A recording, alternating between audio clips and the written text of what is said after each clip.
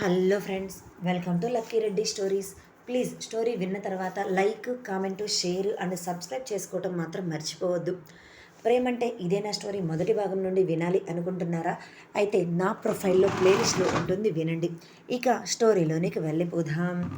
అప్పటికే అతనికి నో చెప్పలేక అతను చేస్తున్న పనులకి సహకరిస్తూ ఉన్న ఆమె కాస్త ఇప్పుడు ఒక్కసారిగా అతను అలా ముద్దు పెట్టుకోవటంతో అతని ప్రేమ మత్తులో పూర్తిగా మునిగిపోతూ ఇక ఏమీ మాట్లాడలేక సైలెంట్గా అతని ప్రేమ మైకంలో అతని వైపు చూస్తూ ఉన్నది. అలా ఇద్దరూ కూడా సినిమాలో కంటే కూడా ఎక్కువగా ఒకరికి ఒకరు ముద్దులు పెట్టుకొని ఎంజాయ్ చేస్తూ సినిమా అయిపోవటంతో ఇద్దరు అప్పుడు నిదానంగా అందరూ బయటకు వెళ్ళిపోయిన తర్వాత బయటకు వస్తారు.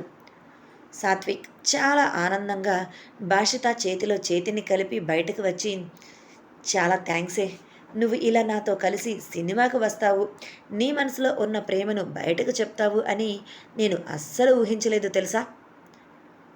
అతని మాటలకు ఏమీ సమాధానం చెప్పకుండా సైలెంట్గా వింటుంది భాషిత. ఏంటి భాషిత అలా సైలెంట్గా ఉన్నావు? నేనేమైనా సినిమా హాల్లో నీతో తప్పుగా బిహేవ్ చేశాను అని అనుకుంటున్నావా అని ఆమె ఫేస్ వైపే చూస్తూ అడిగాడు.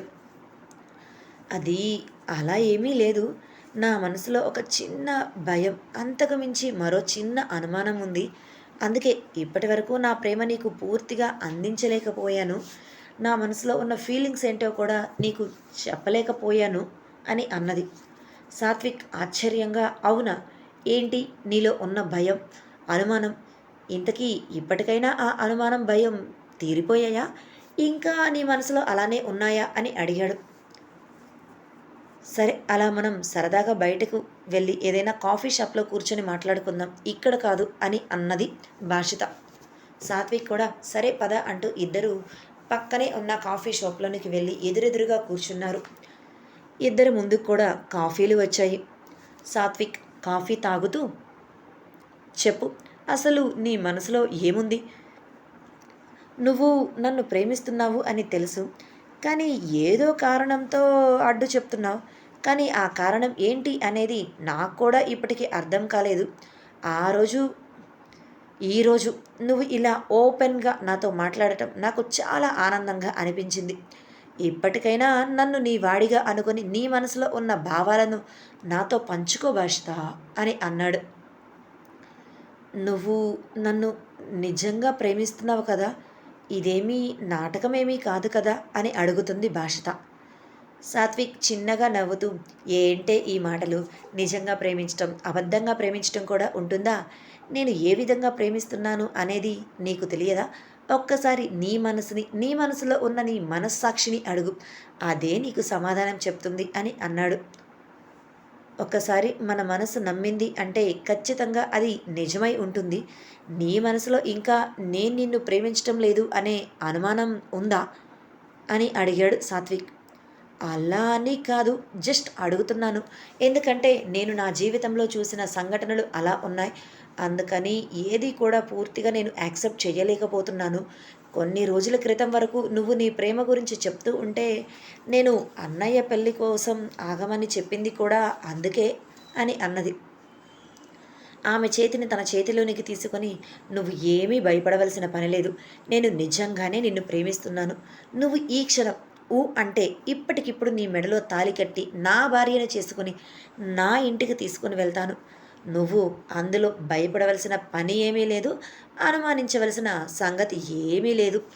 అర్థమైందా నా ప్రేమ ఎంత క్లియర్గా ఉందో అని ఆమెకు వివరంగా చెప్పాడు. ఒకప్పుడు తన తల్లి మేఘన జీవితంలో జరిగిన సంఘటన తన జీవితంలో జరుగుతుంది ఏమో అన్న భయం తనలో ఉండటంతో సాత్విక్ని అలా అడుగుతుంది. కానీ సాత్విక్ని పూర్తిగానే తను నమ్ముతుంది. ఎక్కడో ఒక మూల ఉన్న చిన్న భయం, తనకి కూడా అలా జరిగితే అప్పుడు తన పేరెంట్స్ ఎలా రియాక్ట్ అవుతారు, తన పరిస్థితి ఏంటి అన్నది. అప్పటికి కూడా ఆమె అలానే ఆలోచనలో ఉండటంతో ఎదురుగా కూర్చున్నవాడు కాస్త పక్కకు వచ్చి కూర్చుని, నువ్వెందుకు అంతగా భయపడుతున్నావో నాకు తెలియదు, కానీ నువ్వు మనసులో అలా భయపడవలసిన పని లేదు. నేను నిన్ను మా ఇంటిలో కూడా పరిచయం చేయాలి అని అనుకుంటున్నాను. నువ్వు ఎప్పుడు మా ఇంటికి వస్తానో చెప్తే అప్పుడు మా పేరెంట్స్కి నీ గురించి చెప్తాను అని అన్నాడు. అవునా, మీ ఇంట్లో వాళ్ళు ఒప్పుకుంటారా మన పెళ్ళికి అని ఒక రకమైన భయంతో అడుగుతుంది. ఖచ్చితంగా ఒప్పుకుంటారు. అందులో ఎటువంటి భయం కూడా లేదు. నా మనసును కాదు అని వాళ్ళు కూడా ఏమీ చెయ్యరు. నా ఇష్టానికి వాళ్ళు ఖచ్చితంగా గౌరవం ఇస్తారు అని ఆమె చేతిని తీసుకొని ముద్దు పెట్టుకుంటూ అంటాడు. అతను అలా ముద్దు ఇవ్వటంతో చిన్నగా తన సిగ్గు మొదలై బుగ్గలు కాస్త ఎర్రగా చెర్రీ పండ్లలా మారిపోతాయి. అబ్బో! అమ్మగారికి సిగ్గు వచ్చి చేరిందే. బుగ్గలు యాపిల్ పండ్లా అయిపోయాయి అని అతను అంటుంటే, పో సాత్విక్ అని కాసేపటికి సరే పద హాస్పిటల్‌కి వెళ్దాం. లేదంటే నిన్ను ఇంటి దగ్గర డ్రాప్ చేసేనా అని అడిగాడు సాత్విక్. అవసరం లేదు హాస్పిటల్‌కి వెళ్దాం. అక్కడి నుంచి నేను ఇంటికి వెళ్ళిపోతాను అని అన్నది భాషిత. సాత్విక్ కూడా సరే అనటంతో ఇద్దరూ కలిసి హాస్పిటల్‌కి వెళ్తారు. వాళ్ళ డ్యూటీ ముగించుకొని నిదానంగా ఆ తర్వాత ఇంటికి వెళ్ళిపోతారు. భార్గవ్ ఇంటికి రావటంతోనే చరణ్, వైష్ణవి ఇద్దరూ కూడా భయంగా చూస్తూ ఉంటారు. భార్గవ్ వాళ్ళిద్దరిని అనుమానంగా చూస్తూ, ఏంట్రా అలా భయపడుతున్నారు?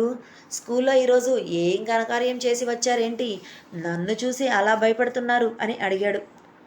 వర్ష భార్గవ్కి వాటర్ తీసుకొని వచ్చి ఇస్తూ, ఘనకార్యం చాలా పెద్ద ఘనకార్యమే చేశారు ఇద్దరు అని వాళ్ళ వైపు కోపంగా చూస్తూ అంటుంది. అవునా మమ్మీ, ఇంతకీ ఏం చేశారంటూ వర్ష చుట్టూ రెండు చేతులు వేసి అడుగుతాడు భార్గవ్. వర్ష, వైష్ణవి, పవన్ ఇద్దరి వైపు చూస్తూ, చెప్పండ్రా, అలా దిష్టి బొమ్మల్లా నిలబడి ఉన్నారేంటి? అడుగుతున్నాడు కదా మీ అన్నయ్య, చెప్పండి అని అన్నది. అప్పుడే ఇంటిలోనికి ఎంటర్ అవుతూ ఉన్న గౌతమ్, ఆకాష్, మేఘన ముగ్గురు కూడా, ఏంటి తల్లి కొడుకు ఇద్దరు కలిసి మా పిల్లల మీద దండయాత్ర చేస్తున్నారు అని అన్నాడు. పవన్, వైష్ణవి ఇద్దరూ కూడా దొరికిందే ఛాన్స్ అని అనుకొని అమ్మ, నాన్న, డాడీ అంటూ ఇద్దరూ కూడా వాళ్ళ ముగ్గురిని చుట్టేశారు. మేఘన ఇద్దరిని దగ్గరకు తీసుకొని, ఏం జరుగుతుంది నాన్న, ఎందుకు వాళ్ళిద్దరు మిమ్మల్ని అలా అంటున్నారు అని ముద్దు చేస్తూ అడుగుతుంది. భార్గవ్ అనుమానంగా వాళ్ళిద్దరి వైపు చూస్తూ, అమ్మా, నువ్వేమీ ఇప్పుడు వాళ్ళిద్దరిని అంత ముద్దు చేయవలసిన పని లేదు. వాళ్ళు ఏదో చేశారు, అందుకే నన్ను చూసి ఇలా భయపడుతున్నారు. చెప్పండ్రా ఏం చేశారు అంటూ వాళ్ళ ముందుకు వస్తూ అడుగుతాడు. పిల్లలిద్దరూ మాత్రం నోరు తెరిచి ఏమీ మాట్లాడకుండా భయంగా వాళ్ళ వైపే చూస్తూ ఉంటారు. గౌతమ్ నవ్వుతూ, అవునరా, మీకు ఎగ్జామ్స్ అయిపోయాయి అని ఒకరోజు చెప్పారు కదా, అంటే ఈరోజు మీ ప్రోగ్రెస్ కార్డు వచ్చింది అంతే కదా అని ఇద్దరి వైపు చూస్తూ అడుగుతాడు. ఇద్దరూ కూడా అవును అన్నట్లుగా తలదించుకుని సమాధానం చెప్తారు. ఆకాష్ నవ్వుతూ, అది విషయం, ఖచ్చితంగా ఇద్దరికి మార్కులు తక్కువగా వచ్చి ఉంటాయి, అందుకే వాడిని చూసి వీళ్ళు భయపడుతున్నారు అంటూ తను సోఫాలో కూర్చుంటూ, మేఘన కొంచెం కాఫీ తీసుకొనిరా, తలనొప్పిగా ఉంది అని అన్నాడు. నువ్వు కూర్చో అక్క, నేను కాఫీ తీసుకొని వస్తాను అంటూ వర్ష వంటగదిలోనికి వెళ్ళిపోతుంది. భార్గవ్, ఎరా, నాన్న చెప్పింది నిజమేనా? మార్కులు మీకు తక్కువగా వచ్చాయా అని అడిగాడు. ఇద్దరూ కూడా భయంగా వాళ్ళ వైపు చూస్తూ అవును అని తలలు ఊపారు. వర్ష అందరికీ కూడా కాఫీలు ఇస్తూ, ఈసారి మరీ తక్కువగా మార్కులు వచ్చాయిరా భార్గవ్, అస్సలు చదువు మీద ఇద్దరూ కూడా దృష్టి పెట్టడం లేదు, నేను చెప్తుంటే నా మాట అస్సలు వినకుండా గోల చేస్తూ ఉన్నారు అని పిల్లలిద్దరి మీద కంప్లైంట్ ఇస్తుంది కొడుకుకి. భార్గవ్ సీరియస్గా, వెళ్ళి మీ ప్రోగ్రెస్ కార్డ్ రిపోర్ట్ తీసుకొని రండి అంటాడు. ఇద్దరూ కూడా చేసేది ఏమీ లేక సైలెంట్గా వెళ్ళి ప్రోగ్రెస్ రిపోర్ట్ తీసుకొని వచ్చి భార్గవ్ చేతిలో పెడతారు. భార్గవ్ రిపోర్ట్ చూస్తూ, ఏంటి ఈ మార్కులు, అసలు ఇలాగే నా మార్కులు తెచ్చుకునేది అని సీరియస్గా అడుగుతాడు. ఇద్దరు సమాధానం ఏం చెప్పాలో అర్థం కాక భయంగా తలలదించుకుంటారు. ఆల్మోస్ట్ ఏడుపు వస్తూ ఉంటుంది ఇద్దరికి భార్గవ్ మాటలకి. వెళ్ళి బుక్స్ ఓపెన్ చేయండి, నేను వచ్చి మీకు ట్యూషన్ చెప్తానని సీరియస్గా అంటాడు. ఇద్దరూ కూడా ఏమీ చేసేది లేక పెద్దవాళ్ళ వైపు ఏడుపు మొహంతో చూస్తూనే పైన ఉన్న వాళ్ళ రూమ్లోనికి వెళ్ళిపోతారు. భార్గవ్ అంత సీరియస్గా ఉండటంతో అప్పటి వరకు భార్గవ్నే సపోర్ట్ చేస్తూ ఉన్న వర్ష కూడా, అయ్యో పిల్లలు మరీ అంతగా భయపెట్టేశావేంట్రా భార్గవ్, చూడు వాళ్ళు ఏడుపు మొహం పెట్టుకుని వెళ్ళిపోతున్నారు. మరీ అంత కఠినంగా వద్దులే. కొంచెం చదువు మీద దృష్టి పెట్టేటట్లు చూడు అంతే. పాపం వాళ్ళని ఏడిపించొద్దురా అని అన్నది. ఇక మిగిలిన ముగ్గురు కూడా సేమ్ వర్ష చెప్పినట్లే పాపం రా, వాళ్ళని మరీ అంత భయపెట్టొద్దురా అని వాళ్ళ మీద జాలి చూపిస్తూ అన్నాడు. భార్గవ్ సీరియస్గా వాళ్ళ నలుగురు వైపు చూస్తూ, అసలు మీ వల్లే పిల్లలు అలా చెడిపోతున్నారు. వాళ్ళకు మరీ ఎక్కువగా మీరు చనువిచ్చేస్తున్నారు. అందుకే ఆ చనువు కొద్దీ చదువు మీద వాళ్ళు దృష్టి పెట్టలేక ఆటల మీద ఎక్కువ కాన్సన్ట్రేషన్ చేస్తున్నారు అని సీరియస్గా వాళ్ళకు చెప్పి వాళ్ళ రూమ్లోనికి వెళతాడు. నలుగురు కూడా పాపం పిల్లలు, భార్గవ్ ఎంత సీరియస్గా ఉన్నాడో అని అనుకుంటూ ఉంటారు. భార్గవ్ రూమ్లోనికి వచ్చిన తర్వాత పిల్లలిద్దరి వైపు సీరియస్గా చూస్తూ, మీ ఇద్దరికి ఎందుకు మార్కులు తక్కువగా వచ్చాయి?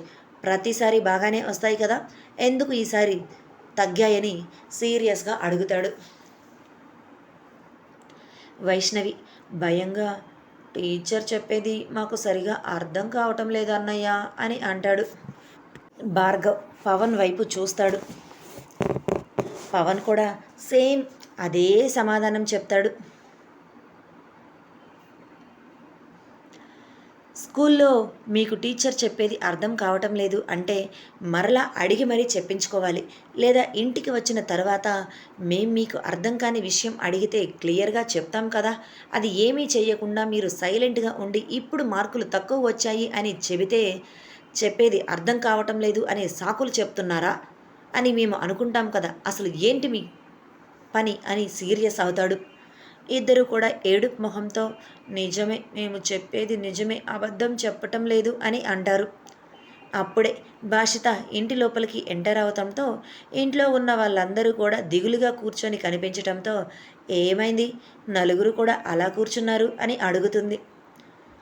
ఆకాష్ బాధగా, ఏం చెప్పమంటావురా, మీ అన్నయ్య పిల్లల్ని తీసుకుని లోపలికి వెళ్ళాడు. వాళ్ళకేమో మార్కులు తక్కువగా వచ్చాయి. పాపం వాళ్ళని ఎంత భయపెట్టేస్తున్నాడో ఏంటో, రూమ్లోనికి తీసుకుని వెళ్ళిన తర్వాత కొడుతున్నాడో ఏంటో అని అన్నాడు. భాషిత ఒక నిట్టూర్పు విడిచి, అందుకని మీ నలుగురు కూడా ఇప్పుడు బాధపడుతూ ఇక్కడ కూర్చున్నారా దిగులుగా అని అడిగింది. అవును అన్నట్లుగా నలుగురు ఒక్కసారిగా తల ఊపుతారు.